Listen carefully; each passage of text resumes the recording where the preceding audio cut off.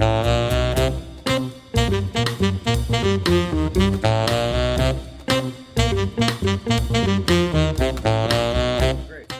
All right, look at those guitars. Oh yeah, man. My son, my son would be able to name every one. There's a lot. There's a lot. And the weird thing is I'm a bass player. So it's Ah, well, I do play a lot of guitar, but oh, that's good, Jay. yeah. Yeah, so what can we do here? Yeah, well, welcome. So this is partially an interview for an article for Jersey Jazz Magazine. Yeah. And then additionally, we're going to feature you on our on the podcast, the Jazz Real Book as well. Oh, nice. Thank Yeah, you. Thank you. cool. All right, so let's specifically what they were interested in for the magazine was your performance at the Deerhead Inn on December 12th. Could you talk a little bit about what will be going on at that performance, the band, and what kind of material will you be performing? Well, it's the same material I've been playing for 50 years, but hopefully every time I play it, it's different. And my players are Harvey S. on bass, Sure. Billy Mintz on drums. We've been friends for a long time. Harvey I've known since our days at Berklee College, Berklee School of Music as it was known then. Yeah. And Billy and I were friends in LA when I lived there. So it's a nice, happy meeting of the three of us again. We're actually playing Mesro tonight. So, Oh, okay. Nice. Yeah. and I guess what would I say about the Deerhead Inn, other than Phil Woods' famous digs, Yeah. and also where Keith Jarrett got his start when he was a teenager playing Right, right. Deerhead. So I'm in good company, I guess. Yeah, I would say.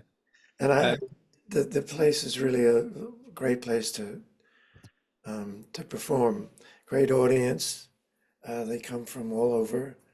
Um, the piano belonged to Phil Woods, and he donated it to the club. It's a oh, beautiful Yamaha. Yeah, oh, that's really cool. yeah. Yes.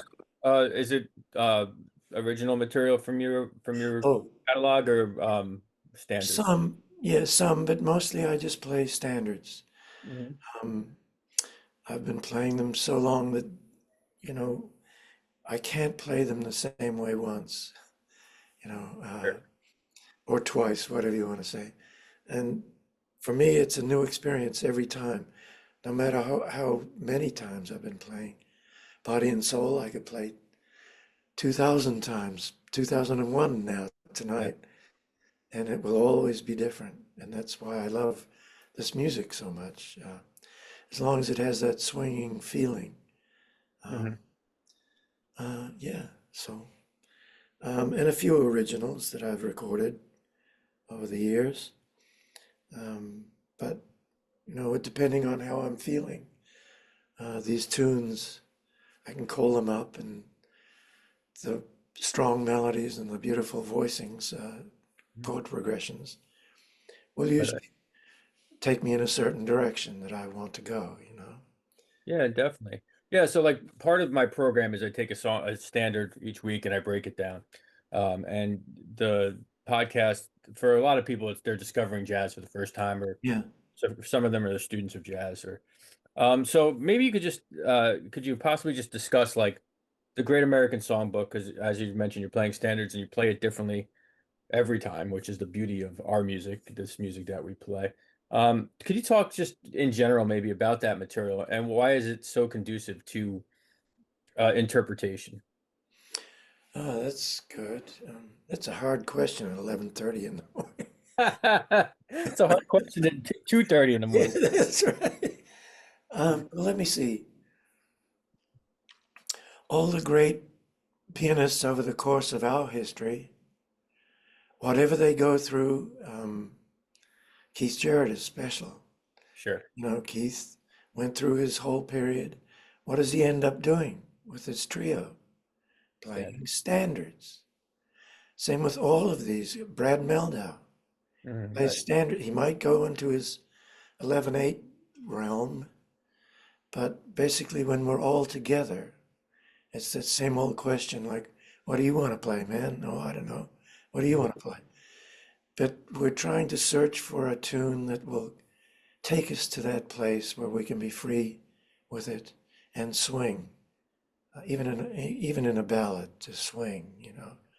And I guess it's a combination of those beautiful intervals that certain tunes have, and very beautiful chord changes, which are interesting to improvise on.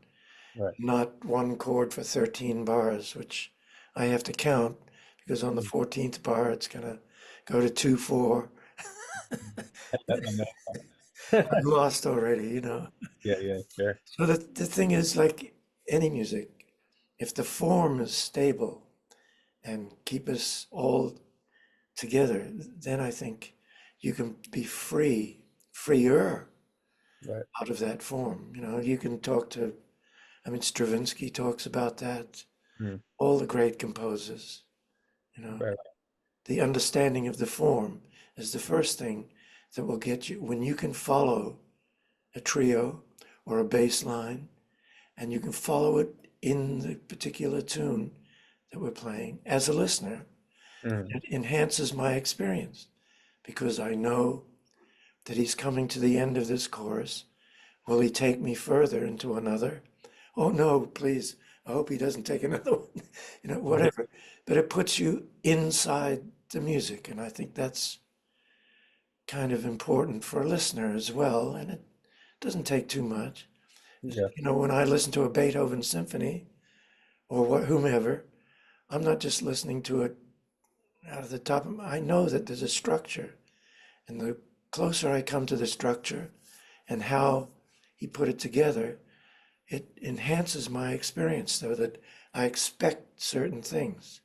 And when I expect something in that form and the composer or player goes somewhere else, knowing, ah, ha ha ha, I gotcha, didn't I? Yeah, right. There's that interplay or whatever interaction between the audience and the performer, which I like. Yeah, that's really great. I teach some college courses in general music and jazz history, and explaining jazz to people who are not familiar with it generally, is sometimes a little challenging because of this explanation. Someone who might be more attuned to a pop tune and like, well, whose tune is it? Well, Michael Jackson, but they don't get so much that hey, there's like 500 versions and they're all great. I Um, know, and I they're know. so interpersonal. So I think your explanation was really helpful and Well, good. you know, another thing too, Jay, these tunes that we play, Right. mostly, these standard tunes, were written by composers, not performers. Yes. Hmm. Now, performers are songwriters, and a lot of them are not particularly trained. Um, you know, so the music doesn't go anywhere, and it needs a production to make it go somewhere. Yeah. No, Whereas totally. for me, Right. it's a simple structure like the blues or something, you know, and I, Yeah. Yeah. I can take it out, but it's Mm, still the blues. right. So there Yeah. we have that thing that we're holding on to again, that whatever, still that chord, not this chord, that Yeah. keeps us all, you know, in balance. It's funny because I joke with sometimes, like, 'cause every once in a while I work with a wedding band and they'll have a chart and it'll list 17 different composers and there's two chords to the whole, whole thing. And meanwhile, I'm like, these very, well thought out tunes. It's Gershwin, it's Yeah, Mancini. It's like, you name it. yeah, which is so cool that I tradition's I still. think there's a guy on YouTube that does a whole thing on that where he plays every tune, pop tune, you know, with the same chord changes. It's like, Yeah, yeah. Tobacco. He does. There's one guy who does it to Bell Cannon, and he oh, just right. he just plays those changes. And here's 50 songs of Bell Oh, Cannon. that's the one. And And that's another yeah, guy I really love. He does uh, giant steps. He does it sure. on the key of C. Ah, I can play that one for sure. That So, song is endlessly fascinating, and oh yet God, when you look at it in the page, it doesn't seem like a whole lot, right? But man, no, no, yeah, yeah, very cool. So, also, most recently, Threads of Time, your newest record, I've yeah. I've enjoyed it very much. Thank Uh, you. Avant record. So, could you talk about, was there a specific concept in that recording, and just maybe the process of the writing and recording of that album? Well, I've already had the tunes. They're my originals, Hmm. and I think practically all of them have been written in the past, dare I say, 50 years. But I've been that style, if you like, Sure. all my life. So, it's not as if I'm going through particular periods of tune writing. They're all based on the standard song, but I like the tradition and the style of the standard song, but to create something new within that, Mhm. that you can just say, oh yeah, it's a standard song, but there are new melodies and new harmonies within that structure. So I'm always looking for something new out of something old. And these tunes came to me that I felt might be best with a sextet because I've always wanted to have a lineup Mhm. of trumpet, tenor, trombone. And Right, right. here I am in New York with the guys, so Yeah, yeah. the young drummer that used to be a student of mine at NYU, Lucas Ebeling. And Lucas makes his living as a heavy metal drummer. Oh, wow. Okay. And he comes to my trio sometimes and it's like pull motion or something. It's just beautiful. Yeah, So there he is with ears, a drummer who hears the music. definitely. So all of us are trying to hear this together. And for me, it was just an orchestrating challenge. I love the orchestra. Now I had to reduce it to a horn line of three pieces and finding interesting ways to harmonize it in Yeah. my old tunes. That's, Oh, so a lot of these tunes were tunes you had yes. passed. Okay. Yeah. Because I noticed there's a homage to Bud Powell, of course, and this one's Yeah. for and that one seems on the recording at least. I really appreciate the arrangement of it. It seems to sort of have a little bit of that cool jazz sort of element. Is there certain arrangers who you're thinking of, or is this just organic for you? No, I think I was just going for it. But, I loved the Miles Davis sextets, the Miles Davis of that period. Um, but I can't think specifically of any. Marty Page, Sure. Hmm. was a great, great arranger. I think I was listening at the time to a Sammy Davis record called The Wham of Sam. And what a highly underrated jazz phrasing singer Sammy was. And there is Marty Page to Right. compliment him and back him up. It's really a fantastic record. Yeah. Is Marty's his history's more in LA, if I'm not if I'm Yeah, film composing or whatever, that period of LA jazz, quote, right. quote.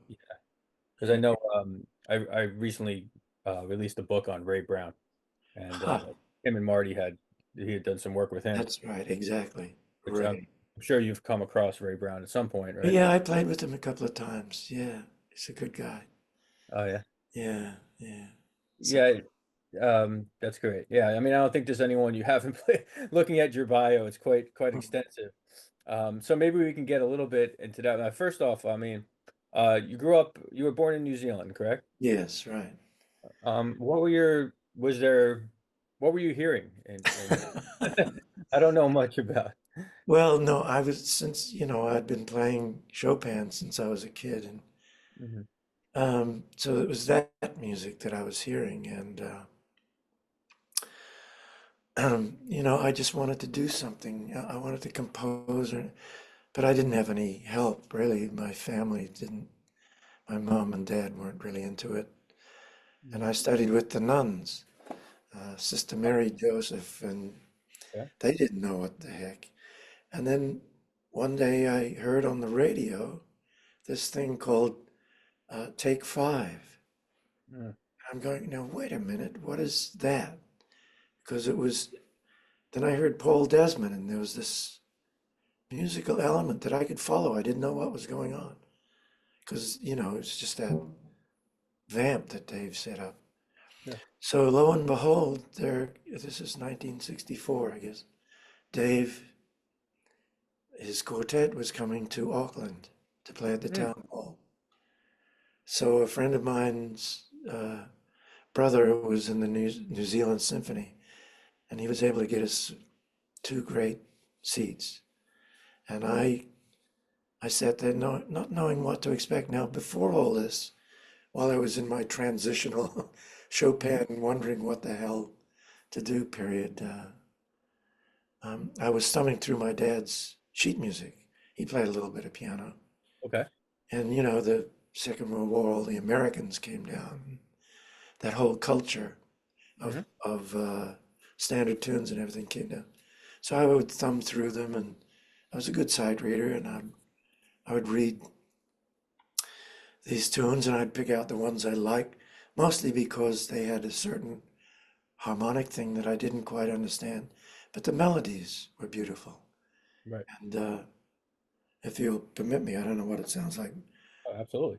Um, so there was one I liked called Tangerine, and I would sight read the music.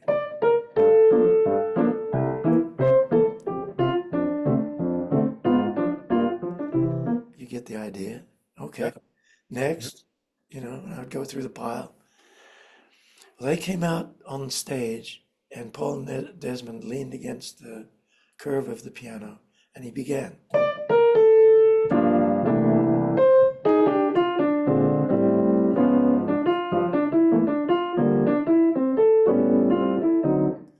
And I'm going, what the hell is that? All right. I knew the song, Mhm. and I could follow it.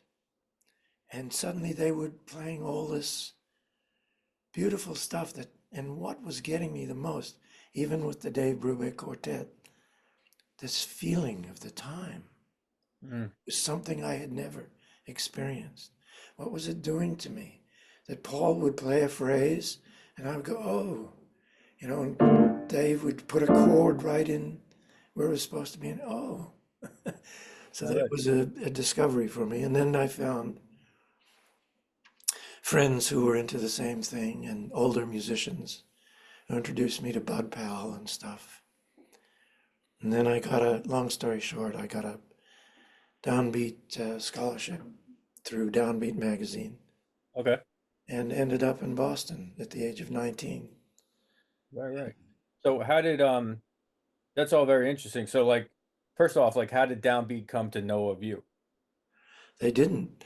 I used to religiously wait until the boat from wherever, from Mm. New York, made it to New Zealand and unloaded a bunch of Downbeat magazines to go to stores, and I would be there.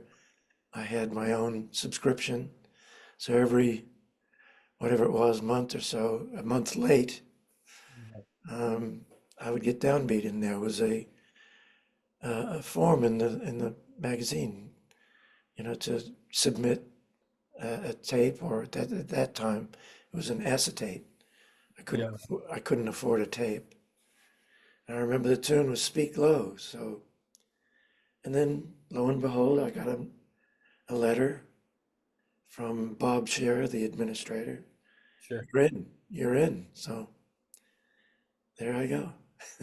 Oh, It was only a partial scholarship, but it was enough to get me there. in to Yeah. the States. Wow, that's cool. And here you are.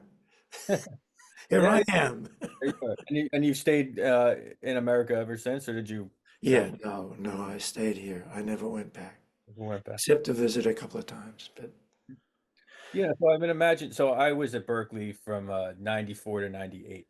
So I imagine when you were there it was a very oh different yes, you're just a child, Ed. yeah, Jay. 50 years old. I'm not such I don't feel like a child, but No, just this gray hair doesn't tell me I'm a child. But what was Berkeley? What was it? What was it like back then? Oh, that was a very, very small, very, everybody knew each other, all the teachers and everything. And the Mhm. musicianship was a very high quality. We had the recording band with Herb Pomeroy, and we had people like, um, well, Peter Donald was the drummer, Harvey was the Mhm. bass player. Oh, there's other famous people, John Abercrombie, Sure. Mick Goodrick, horn players. Well, can't think of any right now, but all equally becoming well known, and now kind of famous. So, Yeah, definitely. Yeah, I remember Mick Goodrick there when I was there for sure. Um, yeah, but at the time, and people now it's become this huge thing. I mean, even now when I go there, it's almost unrecognizable to me. But it was a jazz focused school. yes, right. And And I could have used some of the things they have now, like they have conducting teachers, they have all kinds of stuff, you know. right. Yeah. Whereas I went into conducting like, you know, Yeah. oh, I hope they come in, I'm Yeah. a little better now, but not to have that background I could have used. Mhm.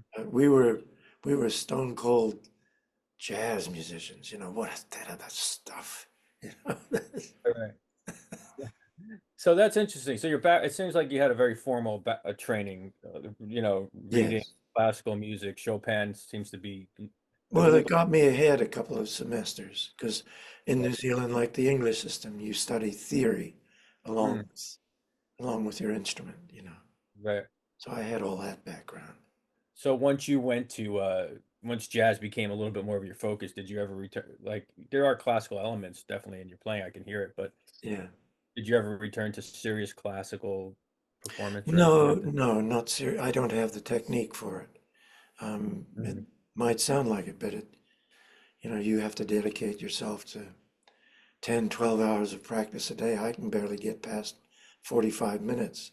And I'm Yeah. looking at my watch and going, pardon me, but it's a different thing. I like to sight read. I'm still good at that. And I Mhm. can, if I pick up some Beethoven or Ravel or more contemporary things, I enjoy that just for the experience of the music. But for me, it's a different technique playing jazz for piano players. Horn players, I think string players, to have a direct feeling for the music. But piano players, young ones, and I have students, it's a it's a very difficult thing for them to get the feeling because it starts to go. It's like that, you know. It's not the thing.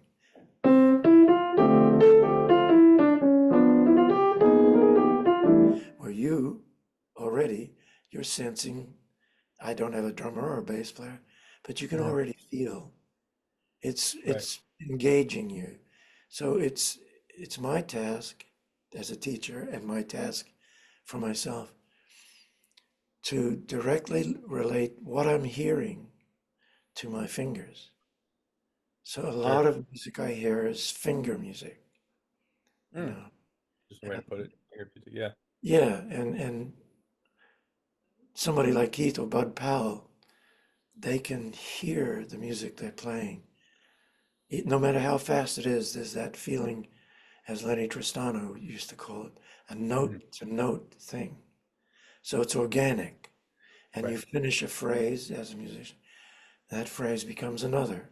So you're building sentences in a paragraph and maybe a story, and it's that connection with your musical brain. Yeah. Sure. Yeah, because that's the thing, first of all, that an audience, a sensitive audience, will feel like I did, like you just did. You're already in there, and you're not waiting for somebody to go, "Oh my God, that's the most impressive thing I've ever heard on the piano." It's not about that. If that happens aligned with the feeling, then you have Mhm. genius. Sure. But these things have to go together. And that's the music, that's the jazz I listen to or want to hear from young people, all, whatever. The way you describe it, very similar. I had Fred Hirsch on not too long ago. Somewhat similar in the fact that he seemed very drawn initially because he had the classical technique and stuff to Hmm. just to the feel and the sense of freedom with the harmonic elements, changing things as it happens. But also, he talked a lot about uh, just how much more fun it is to be associated with jazz musicians and to be around jazz musicians Yeah, than that's perhaps true. the That's true. formalities of classical. Yeah, that's Um, so true. yeah. Yeah. So I The would imagine, camaraderie, the camaraderie, as we say. yeah, Yeah. yeah. Yeah, and at a place like Berkeley, even when I was there, I think as much as the classroom knowledge that I was getting, it was being amongst peers who were so ingrained in the same type of music and Yes, the trying to jams and reach all this. that. Yeah, Exactly. That's very stimulating, So, yeah. yeah, that's cool. Yeah, definitely. So you once you finish with Berkeley, that's when it all I guess begins for you. What was your first? Was it Woody Herman? Your first? Yeah, yeah, yeah, yeah. And then I spent 3 years on the road trying to unlearn the stuff I learned at Berkeley. Yeah, 'Cause that wouldn't work with Woody. But I was always interested, speaking of the classical situation, I was always in love with the symphony orchestra. Mm, And the more I studied that, the more beauty I found in it. And I'm a Mahler fanboy. a Mahler's guy. Okay, Yeah. And it's much deeper than that. I sure. know all the symphonies. I know how they're constructed. It's a lifetime of um, what's the word of self-teaching. Um, Yeah, yeah, just discovery, really, right? Like, yeah, exactly. And I still, I can be sitting in the little house there with the Seventh Symphony or something. I can just randomly open a page and, mhm. oh my God, that's how that works. You know. And he was the first composer really to say to me, I had all of Ravel, even at Mm, Berkeley, had all my scores collection, but I didn't hear Mahler till late. And every page I opened, it was quite simply, you see the horns there? What they're doing? That's what they do. You have to learn to, so it was a whole thing about breaking away from the piano, mm. hearing the instruments and what they do, all the combinations within the orchestra, and that became a lifetime of study too. And Okay.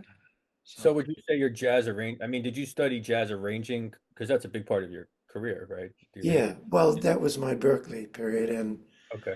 my unlearning period with Woody. Mm, But then I still didn't know what I was doing. And it wasn't until another 10, 15 years later where I knuckled down and did hard study, sure. as an older guy, taking it seriously. And it was through Mahler that I came back to big bands. And I did a thing with about 3 years ago, the WDR, the Oh, German sure. in Okay. Cologne, did a Sample. whole Yeah. a whole program of that. They asked me, and basically I hadn't written, except maybe one or two charts. I hadn't written in 30 years for a big band. Mm, So I was able to apply everything I knew in orchestration and stuff to the okay. big band, understanding now the balance of the instruments and everything. Before it was just, well, my left hand plays a chord there, so trombones. So my right hand plays what can they, it was a piano concept, Right. not a lineal concept, which is instrumental writing. Yeah. Sure. And now, do you still, when you write, are you still pen to paper, or do you use software now? Always pen to paper. Or pencil to paper, I should say. No, well, sometimes pen, depending how Okay. Good Where, what's ever, oh my God, we gotta write that. Much more confident than me because I'm constantly erasing. No, no, no, absolutely. Because again, Jay, there's a connection, whatever it is, between this and this. I Yeah, think even novelists, writers speak of the same thing when they write, you know, uh, yeah. into a notepad. They have that same connection. And you, oh, well, I'll cross that out. Mhm. But this, but once it's in the computer, although you have options, it's going to sound like that. It's the computer sound. I'm not ready for that yet. Sure. When I am, and I'll look at my sketch and, oh, that's definitely this, then I can enter it. And then I can be critical and, well, that didn't work. Mhm. But I can figure out what to do. So Yeah, yeah, that comes after the inputting.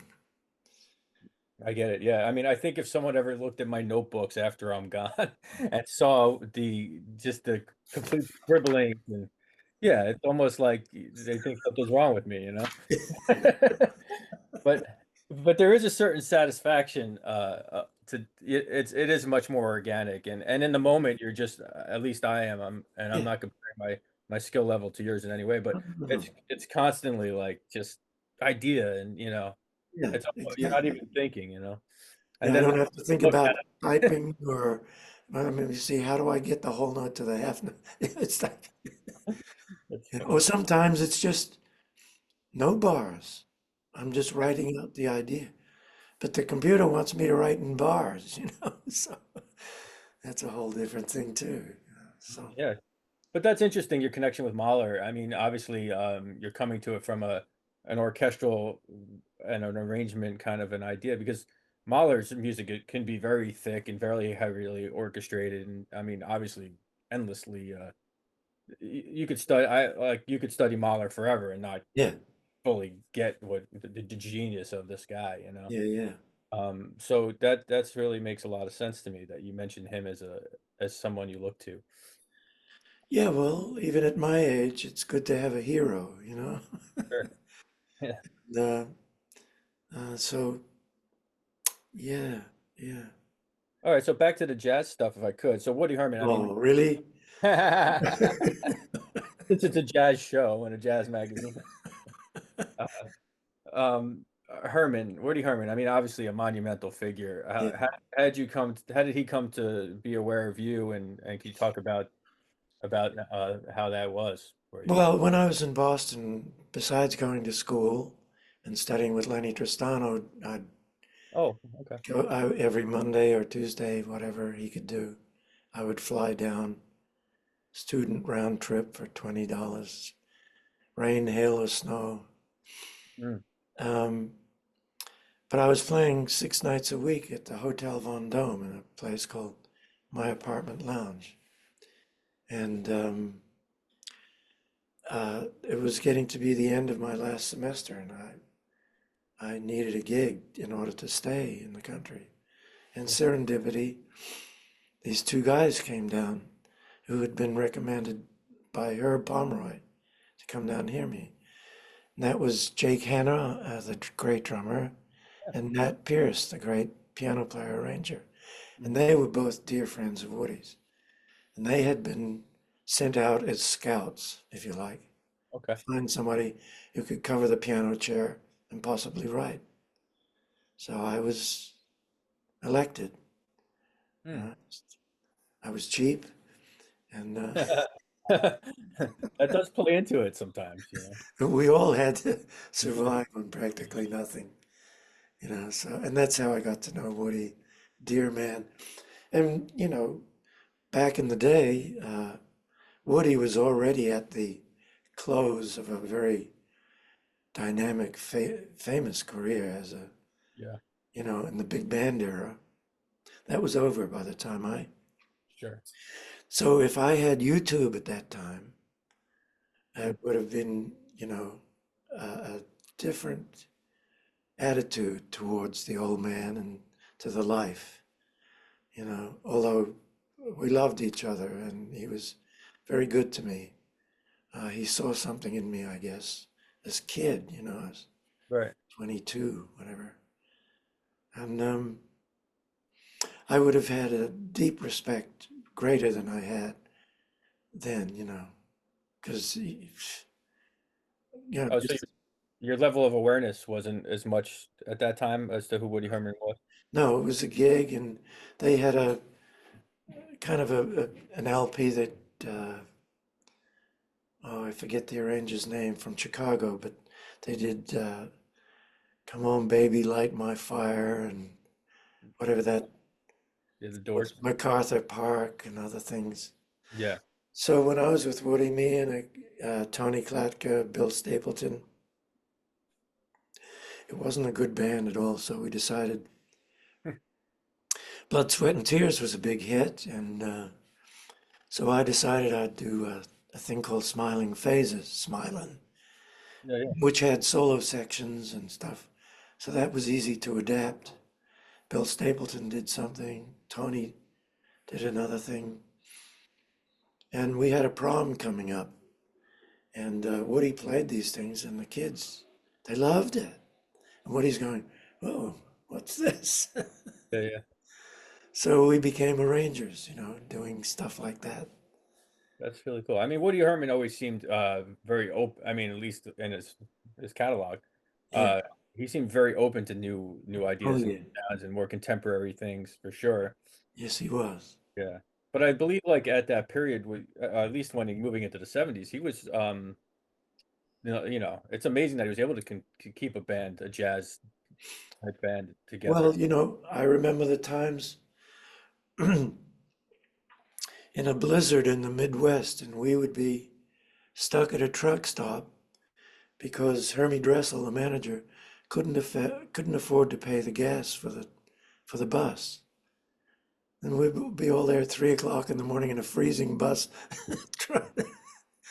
Bill, the road manager, would be on the phone somewhere. Yeah, yeah. There were many times like that. But It was just on a shoestring from gig to gig. right, right. Yeah. Yeah, I think I even read somewhere where, towards the latter half of his life, he might have had some health problems or whatever, and Oh, yeah. he had really struggled to even raise money for his That's true. own care. Yeah. Yeah, that's true. Well, this country and the medical, well, that's another Yeah. thing. Yeah, well, I'm with you on that. And yeah, I mean, so but probably a great experience in terms of just learning, being around that scene, even though maybe it's not what you signed up for with the 3 o'clock buses and breaking down and stuff. Oh Yeah, man. well, But then, like, obviously, then you move into some real mainstream names. Barbara Streisand, you had done a project with, I believe, right? I Or did some, one tune, oh, just arranged one one. tune. Oh, I okay. played piano on that. That was because of Diana Krall. She hired me. And Barbara didn't particularly like this. If you go away, she didn't like whatever the arrangement was. Mm, Got a call from Diana and Barbara. How, right. who? Barbara? What? He? Yeah. And That's so I so. did that chart, and she liked it a lot, and I never saw her again. So that's This the way it is now. I Yeah. can't. And I'm not on the phone. I can't do that. I can't. Hey, Right. it's me, and how about hiring me? I just Sure. can't do it. Never been able to. Yeah, but it seems like you were pretty busy enough. I mean, so Diana Krall, I know you have a long history there. Uh, Yeah, maybe can you talk a little bit about Diana Krall, especially I know Ray Brown loomed large in her life for that's sure. true. Yeah. And here you are. Here's Diana Krall. She came down, the Canadian government for some reason gives grants to young people so they can go somewhere and study music. Can you? Sounds wonderful. So she came down to LA to study with Jimmy Rolls, Yes. and she asked around, and a few people said, "Well, Alan." So here's Diana at 19 Mhm. studying with me, and I would have her singing Lester Young solos and stuff, and sometimes during a performance at the Hollywood Bowl or something, she'd start quoting Lester Young and give me a wink. Yeah. But from that time, and then she went on with Ray and did it, but then she started to make it rather big, and then that album, which I play piano on, uh, When I Look Into Your Eyes or whatever it is, Okay. beautiful, with Johnny Mandel and Hmm. Michel Legrand and stuff. Um, she hired me for that, to be the piano player on that. She just Right. wanted to sing. Um, uh, uh, Actually, I'm confusing that with Natalie Cole. Oh, It was yeah, Natalie that, that's yeah. yeah, yeah, yeah, yeah, yeah. Those are the things. But that's because of Barbara Streisand. Yes, I was on that date. Hmm. But yeah, just word of mouth. No, I'm just sitting by the phone. Yeah, yeah. Mhm. And which like when she came to you as a student, was there already like a certain did you know that there was a skill level there with Oh the other yeah, full, yeah. oh yeah, yeah, yeah. I was a bebop player, even in LA. Okay. I was a closet bebop Mm, diehard. sure. And the first day she came to me, and she reminded me of this a few times. She came, and she's a stride expert. Yes, I Yeah. did know that. Yeah. So she came in, and I said, "Well, play me something, Diana." Whatever, but it was the real thing. Right, right. Like James P. Johnson kind of stuff, right? Yeah, yeah. Yeah. And she says at the end, when she finished, I looked at her seriously and I said, "You want to play like that?" Not a big market for stride piano. No, I was trying to get her to have that feeling I'm talking about. Oh, I see. Yeah, yeah. That Bud Powell, Right, right. Bird, it changed everything because the feeling is now in the melody you're playing, not in the time you're keeping. Mm, My relationship with the melody and the time. And it was easy for her because she got the relationship between her singing voice and her playing voice. And that's what I try to get young piano players to understand. Well, you're not playing that the way it should be feeling.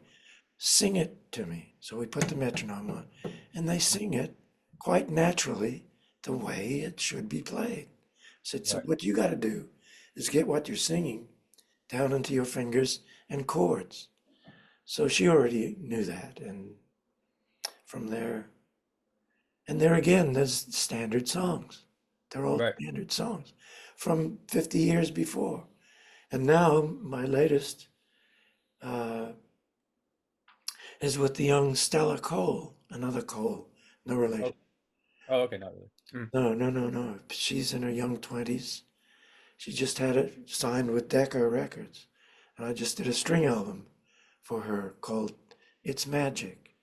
okay. And same serendipity that her manager knew the stuff I did with Natalie and Diana. And so, would you like to do something for Stella? And I said, sure.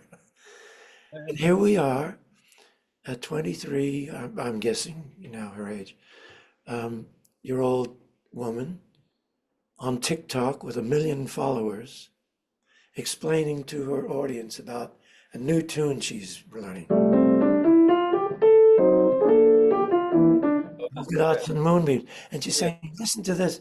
And she says, around the pug nose, whatever. She's saying these, isn't that just the most, it's all new to them, Mm, yeah. audience. It's all new. These tunes are getting to be 100 years old, but they Right, still sort of, whatever the word is, they morph oh, into the personality of now and the feelings of now. And she sings all these standards that I've known since I was her age.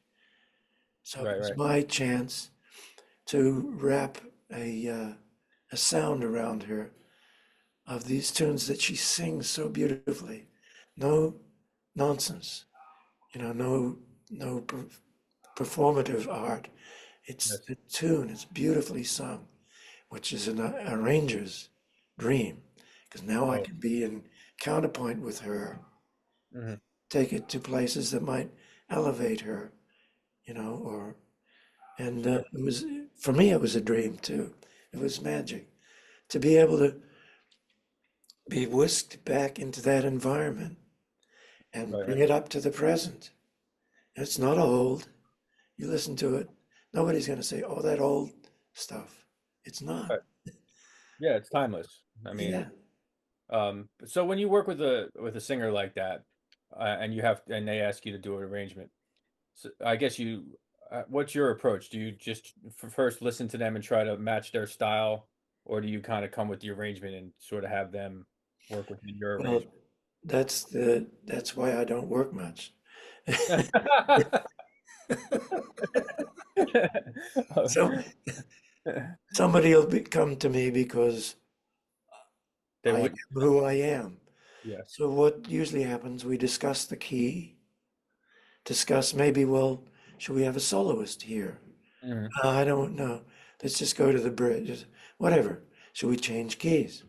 Once Right. I have that, you go over to your corner and I go over to mine. Okay. And the twain shall meet at the studio or with a mock-up of something. So Mhm. there's nothing drastically unfamiliar. But essentially, I just rely on the singer to rely on me. Yeah. And that's exactly, and I gotta say, on this It's Magic album, we came in not more than 2 takes. She Right. just nailed it every time. Well, shall we do it? Maybe I'll do one more, yeah.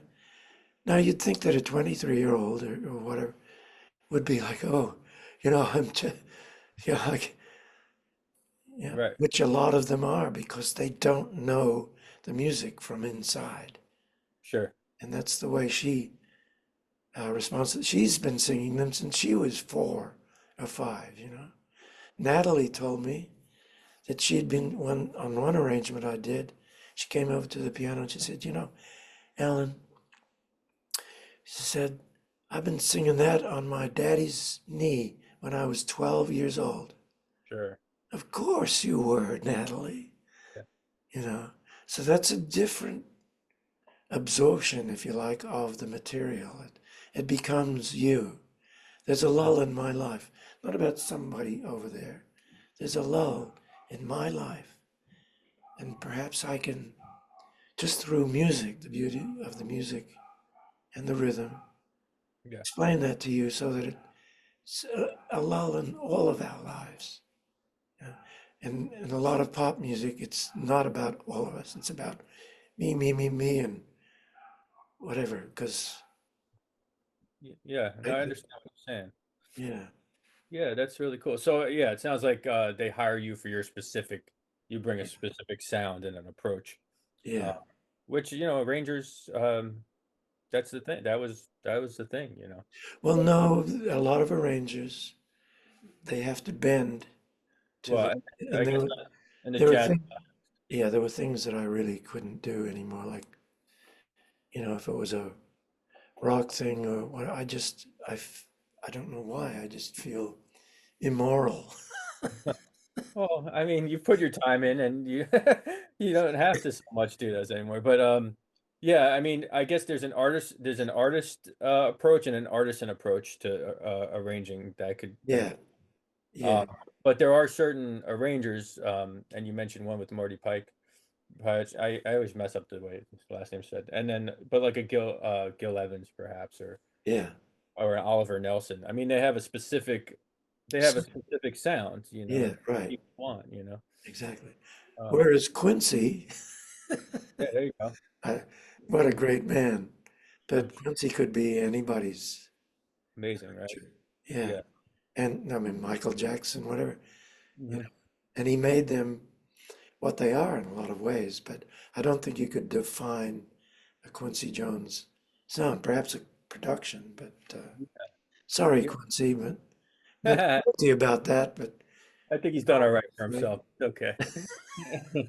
But you must have been around. I mean, I guess you were in that world, being in LA with at the film during film when the film industry was happening very much. I mostly in television film, and I was again at the tail end of that Right. with Nelson Riddle the great Oh, they, David Rose. I worked for them mhm. in whatever television stuff they did. That was after Sinatra and after all those things. Right, right. David was a wonderful guy, and Nelson too. They liked me a lot. So, and I did good work for them. But Sure. there are not men like that anymore who came up through that and were Mhm. highly trained musicians, Yeah, highly trained, orchestration, everything. yeah. So it was a real learning period for me, although I was not writing at the time, you know. Yeah, I mean, people when I mentioned Quincy Jones's background as a jazz trumpeter and Count Basie's Yeah, arrange, like people are shocked by that. yeah. And he was great too. Great. Yeah. Yeah, really was. So you mentioned Natalie Cole a few times already, so I'd be remiss if I didn't bring her up, because obviously a big part of your notoriety comes through some of the work you did with her. Describe how you got to meet Natalie and just that connection. I think I mean, probably an over 10-year connection, I'd say, right? Yeah, well, the first thing that happened, I was playing at a club called Dante's, Hmm. Don, just Okay.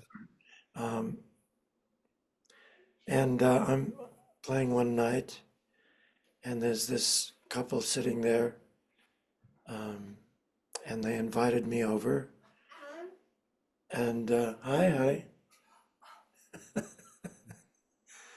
see you later. Um, they were sitting there. The club was practically empty, as it always was. They're Hmm. sitting there against the wall. Waitress said they'd like to talk to me. Uh, they said they'd just come from a session with Natalie for some tunes, and they liked the way I played. They didn't like the way the other piano player played, whatever it was. Would Yeah. you like to come to the session tomorrow? And we'll give you. So I came to the session,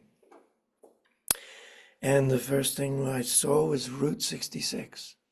I'm going, wait a minute, that's Nat. Right. He said, well, I know that. And then straighten up and fly right. Whoa, because I knew the feeling. I knew Lester Young. I knew Billie Holiday. I knew where to put the notes so that it felt that thing we were talking about from the beginning, that feeling, that magnets, you Right, know, right. that sort of happened. And they liked it. They liked what I did. So I'm on this album. And I guess about 2, 3 weeks later, I, one of the few times I go back to New Zealand, and there's a couple of reporters there and people, oh, hey, how do you feel about being on the Unforgettable album? I'm going, um, what about? 'Cause it was a date for me, Yeah, yeah, a couple of dates. Suddenly, the Unforgettable album was like the number one album in the world, and yeah. you know, so there you go. And from that, when I was on the road with Natalie, um, she was asking around about arrangers and arranging, and she called me in with a couple of other guys, Jim Hewart, and she said, I want to try some different arrangers. She said the tunes. She said, what about Crazy He Calls Me? And I went, Billy, oh, Natalie, please. Right, right. That was my first orchestral chart for Okay. Natalie, and from there, she hired me to do others. And so the saga continues. Yeah, and I would imagine being that you were with her so long, a good person to work with and for. Oh, she was wonderful, Yeah, wonderful person. Yeah. and lots of reflections on her father. Did she talk a lot about Nat? Yeah, yeah. But she was at that moment in her life and my moment, we weren't kind of close. She was the star. Sure. I was the piano player. But it gradually got warmer until I had I got a call from Charlie Haden. Okay. It's like you're teeing me up. I'm sorry. I could No, see that's it great. coming. That's like right. That's. I mean, I'm endlessly fascinated with Charlie Haden, obviously as a bass player, Oh, absolutely. and his entire approach and his entire sound is just so much, so specifically him. Uh, Yeah. so if I, yeah, if you could talk about Charlie Haden, that would be great. Well, he heard my first trio record on a station there, and he called me up, and he had just moved to LA and wanted to get a group together, Hmm. calling it Quartet West. Did I know Ernie Watts? And I said, I know Ernie since Berkeley. Sure. He said, and then he had, first of all, we had Paul Motion, which was, I couldn't believe it was, I'm playing with Paul Motion from the Village Vanguard with Bill Evans. And Sure. geez, here I am suddenly transported into another world. So I had to make a choice. Do I go on the road being Hmm. Natalie's piano player and doing what it is the same every night? Or do I go with Charlie? And of course, me, dollar signs all over the place. Oh, Yeah. Charlie Haden for sure. No, here I am again on the road, my first time being in Europe. I Hmm. was 39, and Charlie and I got to be kind of close. Sure. Can't play with a guy like that without being close. Right. And he was a very brave man in a way, because he always had that monkey on his back. Hmm. And sometimes he would succumb, but he would always come out of it and be the most gentle, insightful soul, about the music. He Yeah. taught me a lot about that. So, and that I began to write for Charlie because he couldn't afford Johnny Mandel.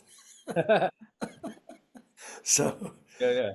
and But I mean, I would imagine the Natalie Cole was probably a more lucrative experience, I would think, right? Am oh, I by yeah, yeah, uh, but it's never, even when I was with Natalie Cole, I wasn't thinking about the money. I was just thinking about the music.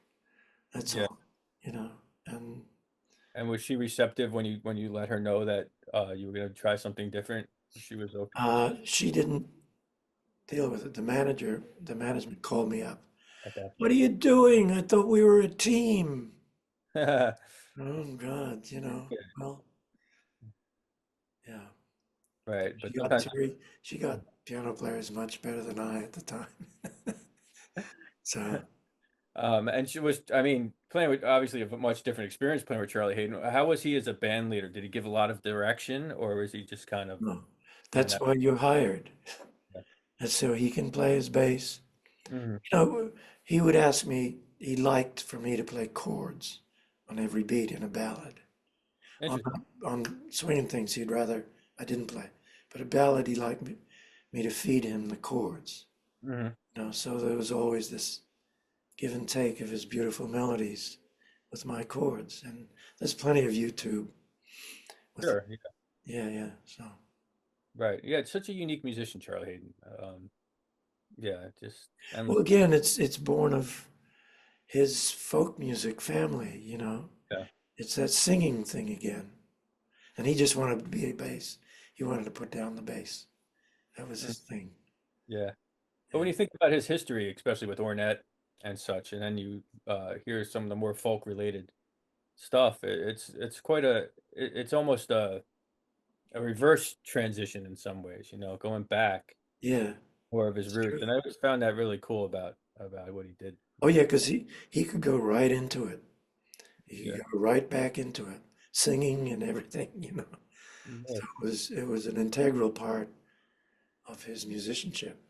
Mm, nice. And I would be remiss if only because my parents are such big fans of Rod Stewart. So I know you had some work with Rod Stewart. I didn't get my musical tastes necessarily. No disrespect to Rod Stewart. I like Rod Stewart very much, but uh, Well, Rod, yeah, again, this is through the producer at the time, Steve Tyrell, who mhm. himself is a singer, entertainer, and very entertaining performer. Right. So again, he had heard about me, and asked me, and I was cheap enough. Rod Yeah. Rod Stewart. I really just saw him at the studio. He'd come Okay. in and sing it. Okay, is that it? I didn't really know him at all. So, But that became quite a popular album for him, the Great American Songbook record, right? yeah, I guess so. Yeah. Everybody was doing that at the time. Right. Well, if Natalie can do it, I can do it. Yeah, yeah. I didn't even think, but yeah, I guess Natalie Cole might have been like one of the Yeah, to put early. it on the map. Yeah, Yeah. But what I think, and you tell me what you think about this. I think, the fact that Natalie Cole or Rod Stewart or Paul McCartney, what have you, do record those songs, it's helpful in the sense that then people become aware of the material. It yeah, keeps that material alive. And exactly. of course, people are going to buy whatever their name is on a lot of times, right? Yeah. And then maybe they'll But go back. yeah, but a lot of those guys, they don't know how to phrase. Yeah, I'll say a lot of those guys. So, I understand you what you're know, saying. whereas Stella or Natalie, they know when to bend the Hmm. time without it going into another chord change. That's another mistake young singers. They think what they call back phrasing, and it goes into a wrong chord. You can't, you got to be able to stretch and squeeze and, this give and take, which Yeah, means they're not listening to the harmony. They don't know the harmony. So, yeah, yeah. And I'd imagine Natalie Cole, having grown up around oh that, yeah. would, Well, she also played a little piano. yeah, Just go and play the chords. right. And Diana Krall is another, obviously, just Well, yeah, and not a lot of people don't understand Diana, whatever they have to say about her singing, but Diana's placement of her singing notes, hmm, nobody can touch her. yeah, She just puts them in the swingingest place. And so there can be a lot of space, mm, but you still feel the time waiting for that next placement of her note. So that's what I love in singers. yeah, yeah. It's funny because I just did a show on Diana Krall. Basically, I present the song and an artist who did the song. And in my explanation of Diana Krall was, I had to really think about how do you describe her as a vocalist, and of course, smoky voice and the whole deal. But there's something in the phrasing Yeah, that is uniquely her, yeah. but still like very much in the tradition. Yeah. But it's that feeling, Right? not the style or the tradition. It's the feeling that is now, you know. It's not old style or whatever, Yeah, like stride piano. When you connect with that feeling, what Tristano called a life force yeah, in us, when that feeling in us is combined with beautiful music, then right, right. that's, So Tristano, I mean, obviously a deep guy, right? I mean, a deep thinker in yeah. terms of music. Gosh, I couldn't even imagine what those lessons would have been like. What was some of his approach to teaching? Well, that was another thing. He didn't care about my technique. He said, you go do that on your own. He Right. was more interested in this thing I talked about, hearing what you're playing. Yeah. And he had changed himself. He said when he spent over a month playing opposite Bud Powell's trio, it had changed his life completely. Couldn't Mm. believe that a human being could get that sound out of metal strings and some wood. Yeah. So he went home and started all over again and found this approach, singing with Billie Holiday, singing Mhm. with Lester Young, Louis Armstrong, of course. Yeah. The simpler they are, because you don't have to worry about the complicated Coltrane notes or Bird notes. They're Right. just placing the melodies in that way that can teach you. So that whether you've got 3 notes in the time or within that same space of time, you've got 30 notes, it Right. still feels that same thing. And that was his basic training. Uh, all of it mostly. Yeah. Yeah. But so was his part of his approach was like just trying to unlock a creative element in his Yes. Yeah. maybe. Yeah.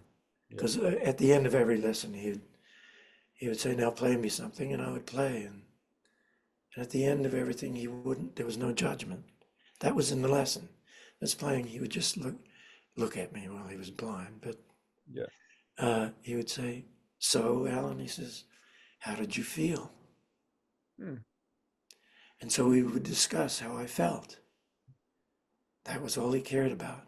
How did you feel? You know, Yeah. it was the antithesis of apparently what he used to be in his martinet period with Right. Lee Right. Konitz and all those guys. Yeah. Yeah. I The mean, little Lennies, as we used to call them. the little Lennox. All right. I get that. That's cool. Hey, man, so now what is your, I mean, obviously you're still playing. Are you actively teaching at a university still or? Yeah, I'm going, well, no, I'm playing Mesra tonight, but Mhm. I teach twice a week at NYU, the jazz Okay. department. So that gives Excellent. me purpose. I just did a vocal album, Five Voices, that for quite a famous trumpet player in Europe called Franco Ambrosetti. He's Okay. 84 now, but his family has money, and he hired me and Janice Siegel, got my Hmm. vocal group together.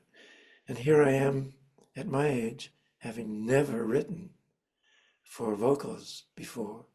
Interesting. I have a whole album with, five-part vocals, and it turned out lovely. No, I wouldn't have known that had I been completely familiar with Mahler's Eighth and Second Symphonies. Mm. It comes back around. Yeah. Yeah, what goes around, Oh, So, cool. Yeah. Yeah. So, but it seems like you're still like, you still get excited on taking on new challenges. oh yeah, yeah, Yeah. absolutely. It keeps me alive.